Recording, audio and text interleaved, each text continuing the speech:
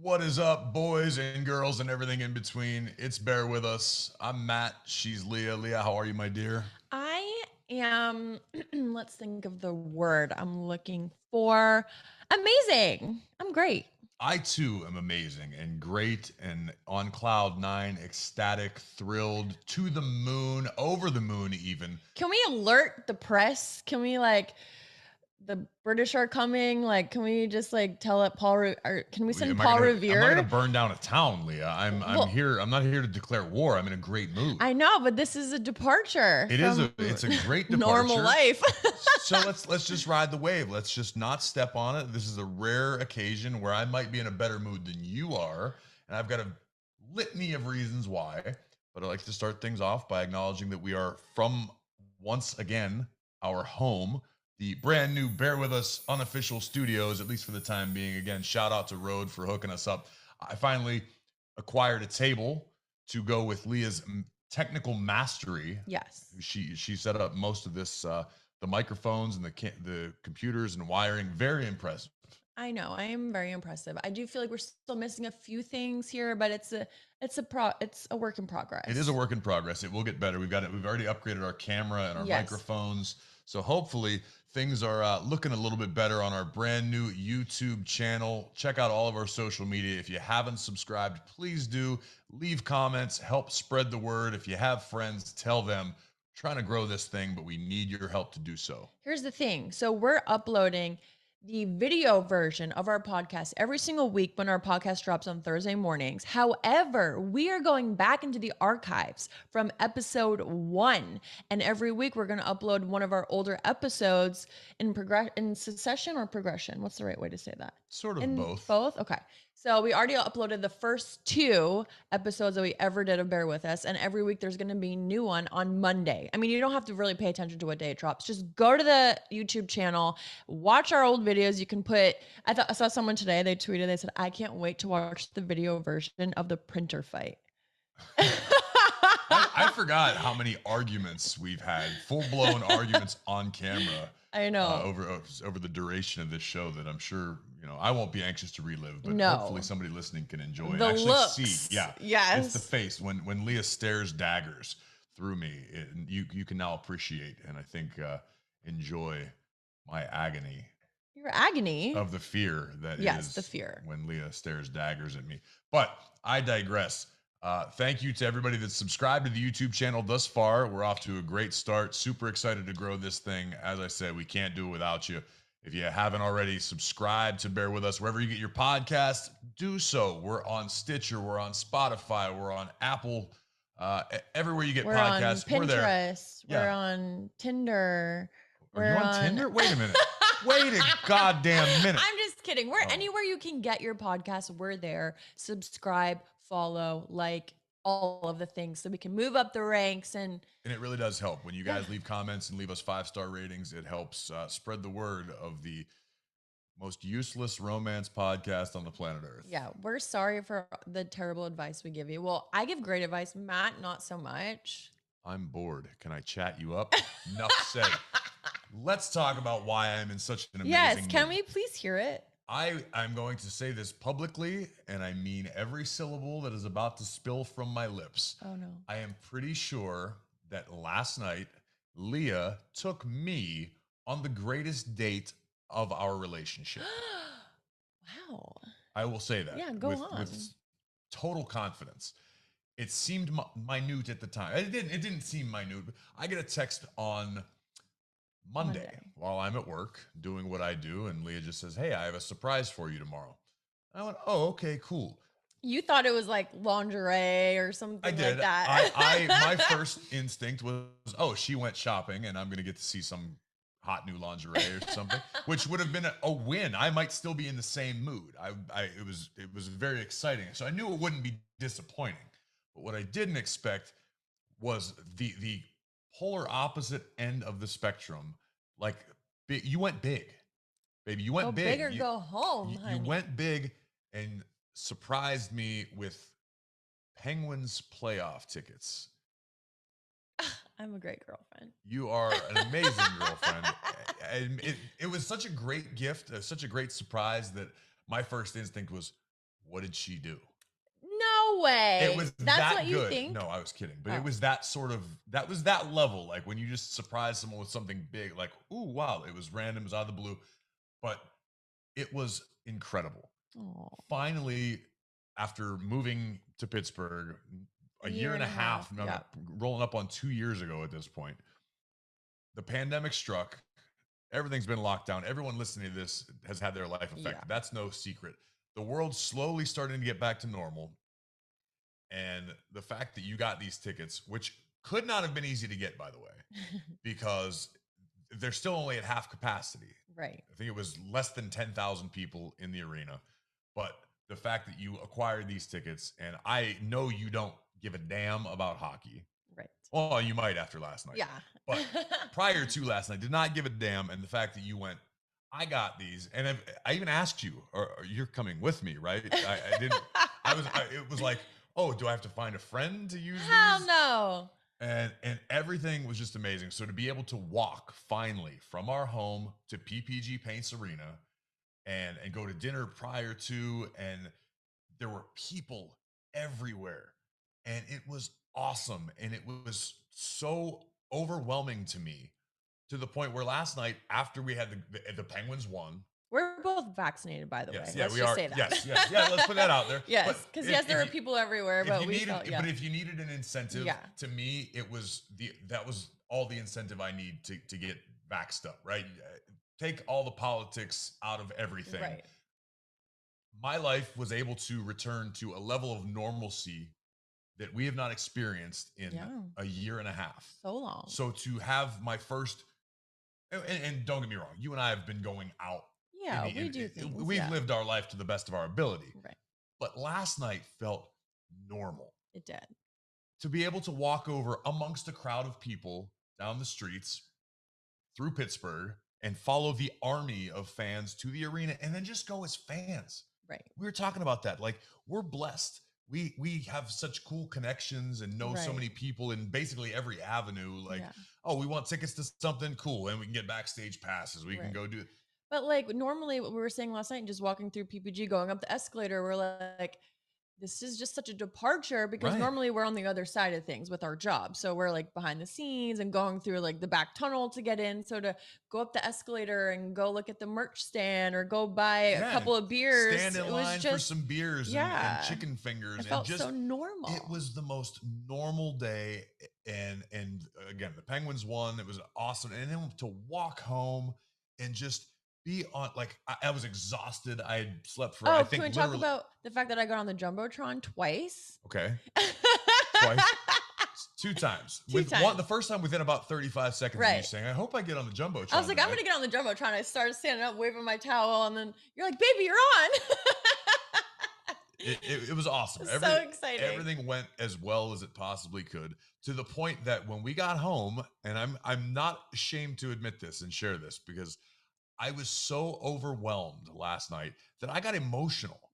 Like, just for the big picture thing. And I think I explained it adequately last night. It wasn't a single tear of sadness or disappointment. I was with my partner, who means the world to me. I got to do one of my favorite activities on the planet Earth, going and watching a hockey game, particularly a playoff hockey game, in my city, home. And it felt like, for the first time, this bill of goods that I sold you to come move to Pittsburgh, and like, hey, this city can be amazing, and we're going to have this awesome, incredible, fun life. Finally, last night, we got a taste of it. And to come home, and we came home early, and I know Aaron and Danielle listen to this. So Danielle, I apologize for bailing on you. We didn't go out with our friends after. We didn't go anywhere. We literally came home because I had slept for approximately 3 hours in the last 24. But when we came home and sat on the couch, and just for me to be able to, like, take a deep breath and look back and go, wow, everything. everything that I had promised you or had sort of tried to sell you on to make this move and take on my life, which I know is such a big fear and obstacle for you, to be able to experience that and have for the first time in God knows how long, everything went right. Right.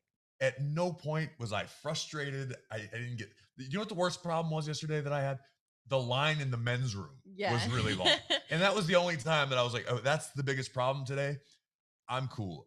I went to sleep last night feeling like $1,000,000. I woke up today feeling like 999,000 bucks. Had a, icy light or two too many. But beyond that, it was just so cool. And I'm sorry to just keep ranting, No. but I need to acknowledge this. And I think it's important that you know how much yesterday meant to me, Mhm. top to bottom. Penguin ticket. You could have got me tickets to go see anything. We could have gone and Right. watched a damn horse show or something, Right. and I still would have felt the same. But it was like I was feeling love. I was feeling a sense of return to normalcy. To be able to high five a damn stranger when the Pens scored a goal. Right. Right. Oh my god, that was absolutely thrilling to me. Well, and I'm going to take it a step further. We talked about a little bit last night. Um, this is a relationship podcast, Right, So to dive in a little deeper, I also think it has a lot to do with just, I think you were overwhelmed too, in the sense life's pretty good. Like you have right, nothing to complain about. Not that, I mean, of course, there's always something we can bitch about, always, right? right. But like to look at things differently, like you were not happy for a while, and like to know that you're at a point in your life now where you feel, oh my gosh, I can just be who I am. I'm accepted for who I am. We're together, we're in love, and this is like our life. And it just felt like, I don't know if the way you were kind of explaining it last night, I just felt like it's just good. And like just take it, like accept that it's good rather than thinking, oh my gosh, something bad's gonna And that's, yeah, I happen. know that we did talk about that briefly last night. Like I'm an eternal pessimist, Right. right? In any walk of life, I'm not proud of it. That's just how I've been. Yeah. We talked about it briefly on here about like how I'm making efforts to learn and look at things differently. Yep. And I look at it the same way I would imagine people struggle with a lot of things in life. It's a constant struggle. Yep. You may have a great day, you may have a bad day. You've heard people talk about addiction, feel that every day you wake up and you've got good days, you got bad days, but it's Right. always work. You have to Yeah. put in work. And mine is not as serious as addiction. Mine is Sure. being in a bad mood, right? But I'm saying this is something coming from a guy like me who always manages to find the dark side of anything Yeah. to I oftentimes am very skeptical, even when you talk about your manifestations and things that you're really into and the spirituality. The cynic in me, the guy who needs for everything, kind of goes, sounds silly. It sounds ridiculous. But I've given it an effort and I have Yeah. put forth a conscious effort. Like, again, I haven't hit a home run every day, but it's almost like things have started to fall into place. Because when you're good and you're positive, positive things happen to positive people. I'm a firm believer in that. And I've noticed such a shift in you the last few, like, I don't know, well over a month now, 2 months maybe, where you're just like, you look at things differently. And of course, we all have bad days. I get that. But I've noticed such a difference. And it's just like, I'm not even trying to preach or tell anyone what to believe or what to feel, but I really am such a firm believer in when you look at the positive, more positive things happen to you. And you like always used to make fun of me for Right. it, but you are a case in point of that right here. Like I'm even laughing thinking about how I'm trying to like look at things differently. Even for myself, I try to keep growing and learning. If something bad happens, it's like, okay, well, maybe this is a reason. Or perfect example, someone cuts you off in traffic. Your immediate reaction is, oh, this person, like you. Right. But I try to look at it as, oh, maybe there's an emergency. Maybe they're late for work. Maybe there's, you try to look at why they're cutting you off because they don't care why they're cutting you off, but you just like it's going to ruin your whole day if you're just like honking your horn and bitching about it. So that's kind of this is an example of how I try to look at things. So I'm laughing because do you know what I'm going to say? I don't know, but Last week, Matt was all upset about this guy next to him on the plane. That's exactly what I was thinking in my head. I was gonna say this is what we recovered from because this was Yeah. yesterday. This wasn't even last week. No, this was yeah, it was last week. It was on Sunday or something when you were coming down, or Saturday when you're going down to Orlando. The person next to you Right. Oh, you're right. raised your Because sitting next to you say it. okay, because it happened twice. Yeah. It happened yesterday as Right. well, but it set me off on Saturday. I've said for years that I think it should be mandated in public schools across the country that you should teach people how to travel. There is travel etiquette, and some people to this day, no matter what walk of life they come from, violate it brutally. That was the case with this guy on Saturday. Saturday morning, I'm take a super early flight, 5:30 a.m. flight, thinking I'm going to sleep most of this flight, short flight to Orlando. And this psychopath insisted on reaching. No, I take that. Let me. No, you were sleeping. Yeah, let me back this up, Mill. We're gonna edit this because I'm literally getting the days confused Yeah. because it happened. So Saturday, it's a 6:30 a.m. flight, super early, pretty dark out. I'm gonna get on this plane and go to sleep. I sit down, and for some reason, this gentleman, maybe this is the reason, maybe he was being a gentleman and let his wife have the aisle seat, but this guy was pretty big. He decides to take the middle seat, and he is just up and after it the whole flight. So every time I start dozing off, I'm getting elbowed, and I get it. You sit in the middle seat, it's Yeah, it never fun. sucks. I try to have extra patience with Yeah. anyone that sits there because it's just a crap position to be in. However, what really set me off was as we were beginning to land, I started to kind of come to from whatever bit of slumber I had achieved. And this dude had reached across me while I was sleeping and opened the windows, multiple, because there was one sort of in front of me and one sort of half Right. beside my seat. They were both totally closed. I was sleeping against them at one Right. point. This guy had taken it upon himself, and I have never felt more violated in my life. When we landed, I went, "You son of a bitch. Who does that? Right. You never ever do that." It's the worst thing in the world, aside from the guy on Monday, or I'm sorry, Tuesday morning that set me off because, again, 5 a.m. flight, still dark out, had 3 hours of sleep. He feels like he wants to keep the blinds open. He's got the window and he Yeah. keeps it But I open. feel like if you have a window seat, it's your prerogative.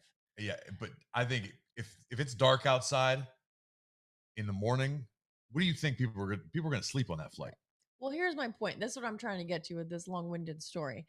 You told me when this happened, you were pissed, but Yes. you were pursed fist. You were pissed first, but then you thought, well, let me try to think here. And you said to yourself, maybe this is his first time flying. Maybe he's really excited and he just wanted to look out the window. And that to me, I had so much pride in that moment. I was like, he's learning. I'm rubbing off on him. It's work. It's work. It's between you and anyone listening to this that is entertained by me or relates to me and my constant state of perpetual misery. The Four Agreements. It's a book that was recommended to me by a good friend, a very wildly successful friend. And he said that it changed his life. And I said, well, if it changed his life, maybe it'll change mine. I downloaded the audio book and blew through it in about 2 hours. It was awesome. It's four easy ways to kind of change your outlook on things. And again, it's a work in progress, but it's progressing in the right direction. I'm very proud of you. I mean, I loved you when you were grumpy and miserable, but to see your growth over the last 2.5 years, never mind the progressive growth the last few months, I'm very, very proud. Well, in the topic of manifestation and being positive and thinking cool things into existence, I feel like I've won. What's that? I unintentionally manifested a dream come true. I have no idea where you're going with this. You do know where I'm going with this because I've told you this story, but I need to share it with the world. Okay. Because Sunday night after I left work, Oh my God, you guys. I returned home to the hotel in Tampa, Florida, and had a few beers with a few friends, kept it very low key, 2 beers to be precise. And I was very tired after a long day and I wanted to retire to my room. So I was waiting with a third friend of mine as we stood and just chatted about the day, waiting for the elevator. Probably the most mundane task a human being endures on a Sure. daily basis. You hear the elevator ding, the big doors split. Part ways. And who stands before me but John Stamos? His man crush. My man crush. The most impressive man on the planet Earth to me is standing, I don't know, 6 feet in front of me. And I am never starstruck. I have met a litany of really cool people, as have you. It's very hard to just starstrike me. We were lucky. We get to meet a lot of really cool people. It's not out of the realm of possibility that any of this stuff happens. But for some reason, to me, John Stamos is just on a different level. He was like unattainable. Right. So my instant reaction, as would be anybody's, was to turn to my friend Jason and I said, "That's John Stamos." And apparently, John Stamos heard me because he looked at me and replied, "Yeah, it is. Where's the Iron Sheik?" Which, how crazy. And as I'm staring, trying to fathom the fact that John Stamos was speaking to me, because my vision and my brain went into portrait mode, like on your cell phone, where everything else was a blur. Right. I only saw John Stamos. Was he just as beautiful in person? Yes. Oh. Yes, he did not disappoint me at all. Oh my gosh. I was like, that is the most handsome man on the planet. And he now we're friends. Well, yeah, because I get a text from Matt that night saying, I saw John Stamos in the elevator and we talked. We did. That was the extent then he of it. tells me what the conversation was, and I'm like, oh, like I thought legit you guys had like a full-on conversation. No. You guys didn't actually talk. I wouldn't have been able to have a conversation. I'm dying over that. I was so in awe. Again, I looked at my friend. He's like, we're best friends in now. disbelief and said, "That's John Stamos. That doesn't happen. Right. Not at midnight in a Marriott. Yeah, like in the middle of nowhere. What the hell? That was the most insane occurrence of my week. And my week could have ended at Sunday. Right. And I would have been like, this is a pretty good week. Right. But instead, then you go, oh, that bar's pretty high. I'm going to jump over it twice. I mean, the fact that you met your man crush, that's crazy, because then we could have, like, if I was there, maybe we could have. We're not having a threesome with John Stamos. Ah, damn it. I know that's what you're going to pitch, but no. It doesn't work that way. What do you mean? I say he's my man crush in like the most, like, I think he's a dreamy guy. I understand why he's every very woman handsome, on earth would love him. He's so classically handsome. Great. Oh, but anyway, so I find out after the fact, because my friend Jason has his wits about him, that the Beach Boys were also in the elevator. And that's why John Stamos, after we did a little research, they performed in Tampa that night. So all of them were there. Oh my God. So wait, he's actually really good friends with the Beach Boys. Remember those episodes? He is a Beach Boy, technically. He tours with them and does music with them, yes. Why can't we go see that? We can absolutely go see that. Please, can we? Let's do it. Okay. It will maybe be the only thing that can top the date to the Penguin game is if you take me to see John Stamos and the Beach Boys. Might be a best case scenario. Can we stop at McDonald's on the way? Why? Because you need to get your customized specific bougie order. You guys, I need your help on this. Here I go. This is my life. I'm like a helium-filled balloon that has been left go by a small child and about to float into the heavens. And here's Leah with a goddamn dart gun. Like, pow. Here I come. Plummet back to earth. I'm done. Babe, I need to bring you back to reality here, because you're bougie as like you call me bougie. You act like you call me bougie like it's a bad thing. I'm bougie in all the best ways, first of all. Second of all, I'm not the one who goes to McDonald's and orders custom burgers. Like, you guys, custom burgers. You go to McDonald's, I'll just have 3 onions, and I will have 1 pickle, 2 squirts of ketchup, a little bit of mustard, some relish. Like, who does that? Well, I don't do any of the things that you just did with that failed attempt to assassinate my character. Like, why don't you just order a cheeseburger from McDonald's? I Like, do just order a cheeseburger, and here's the deal. Here's where you're wrong. I get your theory that you shouldn't customize things. It's to that fast level. food. Unless you have an allergy or something. I understand Okay. that. So there's a little bit of gray area, that being Starbucks. Because Starbucks really took customization to a whole new level. Sure. You are as guilty as anybody. Oh, You've got your course. very, very difficult. I can't even remember unless it's saved in my phone. Your Well, whose Starbucks fault order. is that? Yours, because you're Yours. bougie. Get a better memory. No. Yes. When it I can comes to teach you how to fast food, memorize it. to me, it is perfectly acceptable to customize when it's simple. As in, I order my cheeseburger. Do you know what I usually order when I go to McDonald's? 9 times out of 10. If they have triple cheeseburgers, I go with those. But usually McDoubles, cheese and ketchup only. Cheese and ketchup only. Listen, to me, that's less work for the person making the burger. But don't you think they're already made? They already have all this shit on them? No, because we're not in the 1940s anymore. They don't mass produce. McDonald's wasn't even in the 1940s. I'm pretty sure it was, babe. When did it start? I don't know. Let me Google see. that. I watched The Founder. I know, me too. I love that show. Batman also started McDonald's. How cool is that? McDonald's. Yeah, but what I'm getting at, I understand your frustration if all of a sudden I was like, I want light onions. 1955. Okay. Booyah. All right. You know that part's going to have to be edited out of the video of you physically.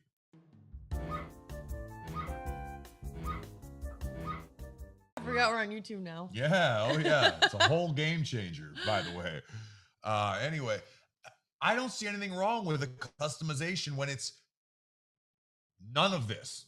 I don't like onions, right? I'm not an onion fan. So when I say, hey, I'll have a Big Mac. No onions. No.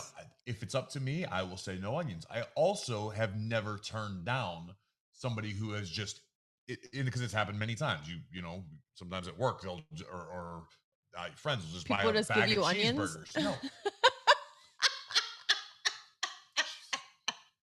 You're gonna lose this one. People are gonna have my back on this one because it's not egregious. I understand. I have a very good friend that we both work with and love very dearly, who is the single most embarrassing man to eat in public with because he customizes everything to a point where it's like, why did you even come to this restaurant? Okay. You just ordered something that you have to make it at home. Why, sir, this is a Wendy's.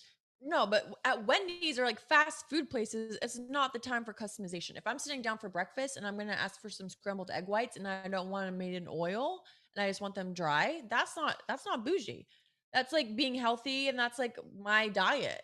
You just asked someone to change how they make something. Right, but it's not fast food. Fast food, that's like, okay, it's fast. It's food that's fast. Right. That's the point. There's no customization. I understand. However, at a restaurant, when you're paying for something and you're sitting down, like, yeah, I don't want it to be made with oil because I just want to eat something healthy, light, dry. That's what sometimes when I was really dieting hardcore, that's what I would do. Can I order some scrambled egg whites, no oil, just dry? And they say, yeah, of course. They know. They get it. People get it. Yeah, well, that's fine. But what I'm saying is, there was a time in history, let's say the 50s to 60s, maybe even into the 70s and 80s, where, you would go to a McDonald's or a Burger King or whatever fast food, and that's why it was fast. They would mass produce 50 burgers. So when 50 people walked in and said, I'll have a cheeseburger, they go, here it is. It's already ready for you. They don't do that anymore because they've learned that food, not that stuff's super nutritious anyway, but it's even worse for you after it sits under a heat lamp for like 6 hours, which used to be the case. Burger King's slogan is literally have it your way. You want a Whopper with extra onions? Cool, we support that. So don't come at me like I'm the only person walking God's green earth that walks into a McDonald's and says, I don't want onions on my burger. Okay, you have shamed I get that. me. You have onion shamed me for a week, for long enough, and I've had it. Okay, here's standing the thing. up for myself. I get it. However, you, as someone who talks about cringing when someone makes a customization, I find it funny that you have a custom order. That's why I think it's funny. I don't cringe when people customize. I cringe when people customize to the point of like it's not even on the menu. If you have options, I know you're a woman who loves your I options. do love options. If you go when you order, which is here's one for you, everybody. Leah routinely, I would say once a month at least, orders a chicken Caesar salad with a side of barbecue sauce. Yeah. Nothing about that computes to my brain or my tongue or my palate, but I don't judge you. I go, hey, that's that thing. That's Sometimes I want to take some of the chicken and I want to great. dip it in the BBQ. And it's fine. And I don't judge you for that, and I don't fault you for that. That's a little unusual, but barbecue sauce is usually on the menu. Yeah, if they have and barbecue you go, sauce. oh, hey, how about some extra ranch? Hey, you know what? I love extra ranch. But when Put you're that like, shit oh, on hey, it. you know that way that you actually construct this thing that everyone in America eats? No, I want you to change that. No oil in this. No, I want you to do that. Can you do this? How big is the chicken? How many ounces? Okay, I don't I know talk you like don't. that. I know you You're don't. being a I'm little not accusing egregious, you. as you would say. I'm telling you what I cringe at, which is not the same thing as saying, "Hey, extra mustard on the burger." That's okay, cool. Someone really likes mustard. I don't like onions. They're 1 and 1A. They're the same thing. Okay, that's fair. I get it.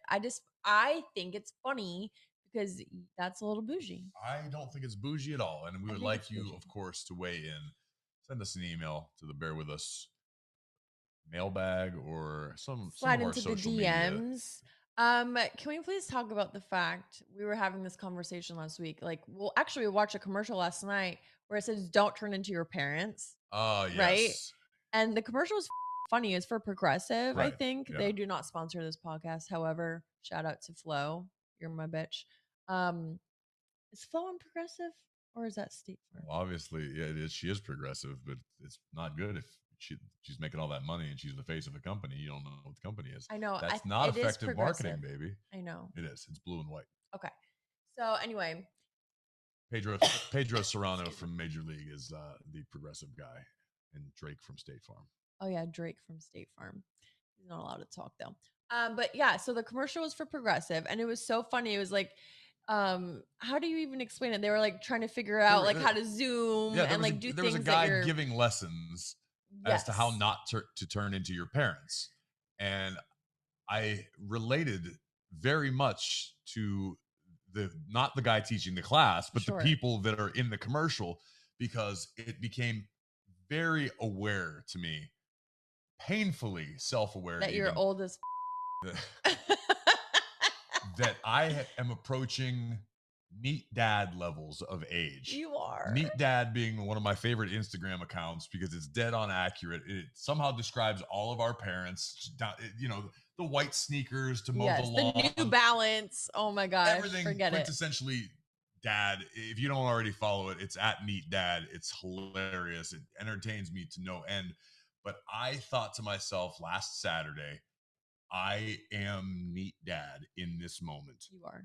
Because I was in my glory. I was the happiest guy in the city of Pittsburgh as I stood in our kitchen with a cup of coffee in my hand, slippers on my feet, and I watched gleefully for about an hour and a half as this man came in and steam cleaned our sofa.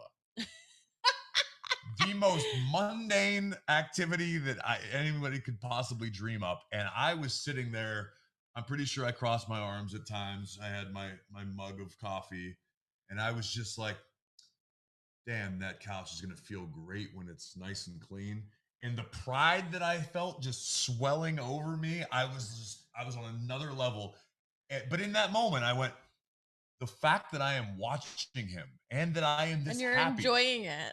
I am officially becoming my dad. How funny is it that we get to that point where you start noticing the things that you're happy about and excited about? Like now we talk about, oh, like it's nice to wake up without a hangover because we just went to bed last night at 9 p.m. and we just drank some kombucha on the couch, you know, like that's like our crazy night. Yeah. And it's just funny to get to that point in your life where it's no longer like your priorities change. It's no longer exciting to go out and get wasted. Right. Even last night, ordinarily speaking, if I could go to a sporting event, you drink a bunch. And I had some beers, but it was like we were not.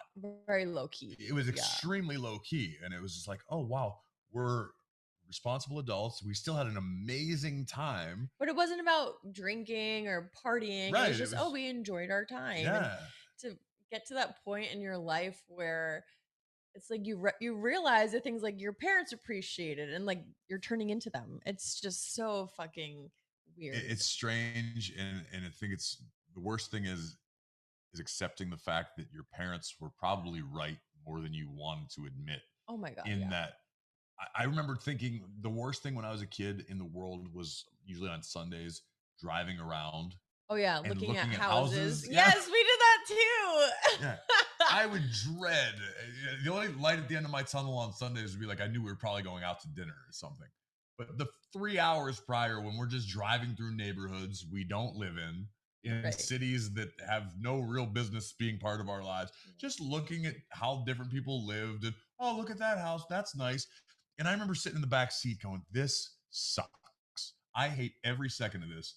But now I'm like, you just want to go for a drive, babe? I used to like that. I used to go around looking at houses with my parents. It was just so fun. I find myself doing it quite often. Yeah, but I'm trying to think of what else. Like, I'm trying to think of other things that my parents did. I guess like, you know, even making dinner. I feel like that's something I so enjoy now. Like, especially when we have the kids here. Like, when you ask me when am I at my happiest, we're on the couch. The kids are all kind of doing their thing. Sometimes the girls help me make dinner, and I'm just like in the kitchen drinking wine. I have music playing and just kind of doing my thing, getting ready to serve everyone dinner. Like that is one of my favorite things to do. I'm sorry, I lost you altogether after you said I'm at my happiest when you're on the couch. I just stopped listening after that. I was like, well baby, you're a keeper. What else do we have? What do you say we open the mailbag? You can contribute. The Bear With Us listeners, bearwithus@gmail.com. You got some thoughts, got some questions, anything you want answered, advised on, or just to try to make us laugh, send us some emails and we will try to answer them here on the show. Here's the mail, it never fails and makes me want to wag my tail. When it comes, I want to wail, mail. This is my favorite thing about that was very weird happenstance. Right? That the moment you finished singing, the computer alert came through. My favorite thing about being able to do this show in our home now is that I can drink a beer while we answer listener mail. Before we go into the mail, can we just talk about so last night when we were walking to the arena to go watch the Pens game, I said, you know what, babe? Like, I actually have this really big surprise that I was waiting for the right time to tell you. But I think right now is the right time to break the news. And he was so intrigued and he was like, what? Like, what is it? How can this day get any better? I'm already on the way to my favorite place on earth with my favorite person on earth. And I'm well fed, just ate a steak, had a beer. I feel amazing. How could this night get any better? And I proceeded to tell him that I was singing the national anthem at the Pens game. Which in and of itself, I immediately knew was bull. However, it made me that laugh. didn't stop Leah. That didn't stop Leah at all. From belting out the Star Spangled Banner for about the national anthem, not the Star Spangled Banner. What the hell? They're the thing. They are? No, they're not. Are you kidding me right now? Are they the same thing? You are a New England Patriots cheerleader, and you don't know the Star Spangled Banner is the national anthem? Star Spangled Francis Banner? Scott Key? Oh, maybe it is. Oh my God. Well, I'm thinking, I'm thinking America the Beautiful. That's what I was thinking. America the Beautiful. That's what I was thinking. America the Beautiful. Oh, beautiful. But that's not what you were singing. You were singing the Star Spangled Banner. I got it confused. Let's get off my back. You know what I meant. All right, let's help someone else. Anywho, that was embarrassing.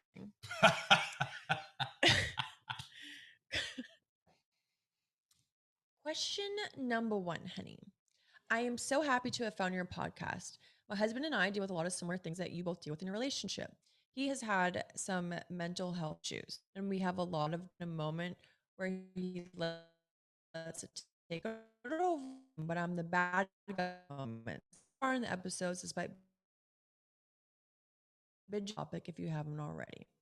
Otherwise, for your mailbag, would you both be able to give me some advice on what to do in these situations from both perspectives? I think we can work on this. I have not necessarily been very public about it, but I've been pretty open and honest with those closest to me. That Yeah. I've struggled with a lot of things the last several years, stemming from back to, I mean, at this point, 7 or 8 years now. Uh, Concussions, depression, and a lot of different issues regarding that. And I've been in the doldrums. I've been in the depths. You've seen me even semi recently, uh, dealing with depression and going through a divorce. And life is hard, right? Yeah. And it's cool that the world is finally becoming a little more open to at least discussing some of these issues. And nobody's figured it out yet. We're absolutely not experts. So to you who sent us the email, first thing I would do is talk to a doctor or a professional, somebody who actually knows and is trained in how to handle these sort of things. But from a human being perspective, I can say to you, you say you're the bad guy in these situations. You need to, and I know it's difficult and I know it's incredibly hard, especially in the heat of an argument or whatever, to be able to remove yourself and know that 9 times out of 10, when somebody suffers from a depression or anxiety or any of these issues, and this is based on my knowledge and me personally, that's it. That's as far as it goes. But it's not you. It's got nothing to do with you. In my experience, there have been times where I just felt like the whole world turned against me and I was overwhelmed and sad and angry. And you've been even on the wrong end of it where I want to start a fight with you, Yeah. not because you did anything wrong, but because I'm just feeling way.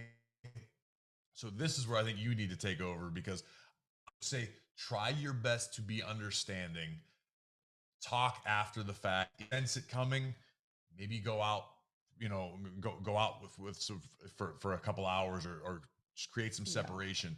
But the important thing to realize is most of these issues that affect us are they're And they're personal. internal. That, you know Yeah. what I mean? They're internal, and it's more of a perception of the issue than reality. Right. And I guess my best piece of advice in that, like Matt said, is to remove yourself from the situation because there were times, I mean, even in past relationships I've had, where it's like, well, what did I do that was so wrong? Why is he so mad at me? What did I do? Like, I didn't even do anything. But it's like, no, you have to realize that it's not about you. It's something that they're going through. And I realize that with you, sometimes if you're upset about something, I can't take it personally. I just let you go through it and I'm there if you need me. And then when you come out on the other side, you're like, yeah, I didn't mean this. I'm sorry about that. Right. And like you can get some clarity. But when you're in it, it's It's it's hard, hard to sure. see it. So you just all you can do is be there for him and not take anything personally and just kind of, just be kind of like a friend in that situation and not think of it so much as a relationship and just kind of think like if you were in their shoes, what would you want? And that's all you can really do.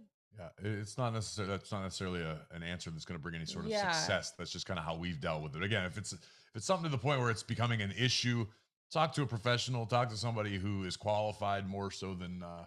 than just us. But also, yeah, don't take it personally to the best of your ability. Yeah. All you can do is be there for them.